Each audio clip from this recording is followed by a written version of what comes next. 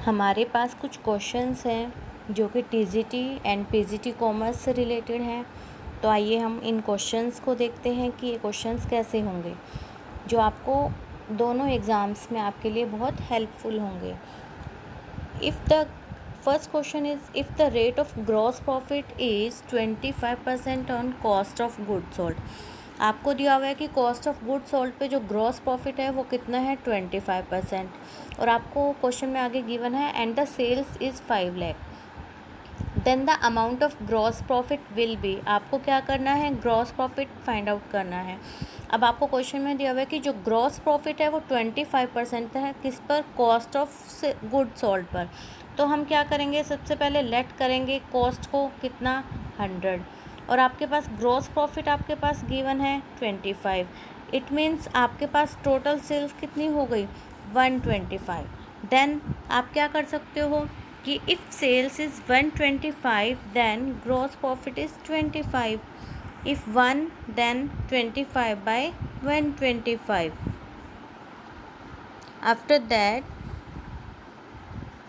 After that we can do, अगर आपके पास ये 125 हो जाता है, 25 बाय 125, एंड आफ्टर दैट आपकी सेल्स कितनी है, 5 lakh, then it will be, इस कट कर लीजिए इसको, it will be 1 lakh. Then answer is first.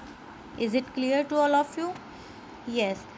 Our next question is, internally generated goodwill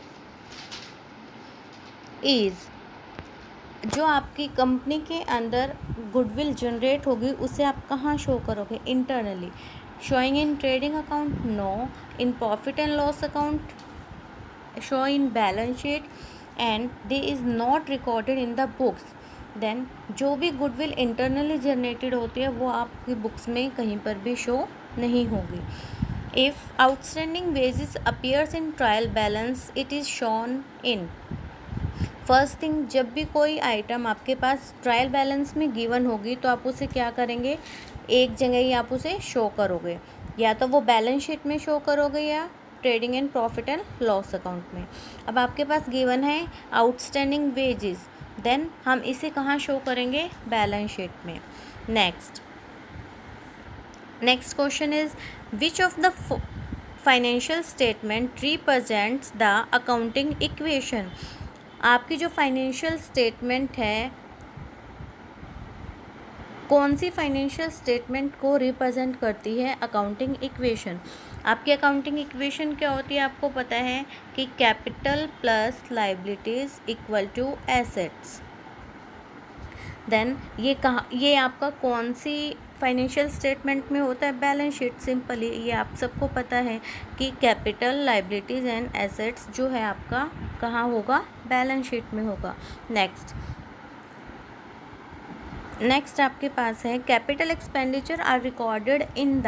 capital जो एक्सपेंडिचर के एक्सपेंडिचर्स होते हैं, कैपिटल एक्सपेंडिचर मीन्स जो आपको लॉन्ग टर्म में एक बार एक्सपेंडिचर करके उसका लॉन्ग टर्म तक आपको बेनिफिट मिलता है, तो वो कहाँ पर आएंगे, आपके बैलेंस शीट में। Next, a written statement of the main duties and responsibilities which a particular job entails is called। अब आपके पास देखो, आपके पास होता है जॉब एनालिसिस। जॉब एनालिसिस में आपके पास क्या क्या आ जाता है, job specification and job description. अब आपके पास दो चीज़ हैं, एक है जॉब डिस्क्रिप्शन, एक है जॉब स्पेसिफिकेशन। जॉब डिस्क्रिप्शन आपका क्या होगा, जो आपकी जॉब से रिलेटेड होगा, यानी कि जिसमें आपकी जॉब से रिलेटेड सारी इन्फॉर्मेशन होगी, किस टाइप की जॉब है, कैसे करना है, उसमें ड्यूटीज़ क्या होंगी, रिस्पॉन्सिबिलिटीज़ क्या होंगी, ये सब आपका आता है जॉब डिस्क्रिप्शन में। नेक्स्ट, जॉब स्पेसिफिकेशन, उसमें क्या आता है, काइंड ऑफ पर्सन, कि पर्सन कैसा होगा, कैसे पर्सन की आपको रिक्वायरमेंट है, उसकी एलिजिबिलिटीज़ क्या होंगी, ये सब आपका इसमें आ जाएगा स्पेसिफिकेशन में। तो इसका आंसर होगा जॉब, इसका आंसर आपके पास हो जाएगा job description. Next, selection process in any organisation is usually proceeded by the preparation of. Selection procedure कहाँ पर होगा, किसके लिए आप करते हो, ह्यूमन रिसोर्सेज के इन्वेंट्रीज के लिए। Okay, is it clear? Next, match list 1 management experts with list 2 sequence of functions advocated by them and select the correct answer using the codes given below the list. First आप list में है Newman and Summer, Henry Fayol, Luther Gulick, Koontz और Donnell. तो आप यहाँ पर जो जो आपको पता है, जैसे फर्स्ट हमें सबको पता है कि जो कुंट्ज और डोनल हैं उन्होंने कौन कौन से फंक्शंस दिए हैं, planning, organising, staffing, directing and controlling. Next Henry Fayol ने आपका दिया है POP, means planning, organising, commanding, coordinating and controlling. तो हेनरी फ्योल का हो गया आपके पास बी।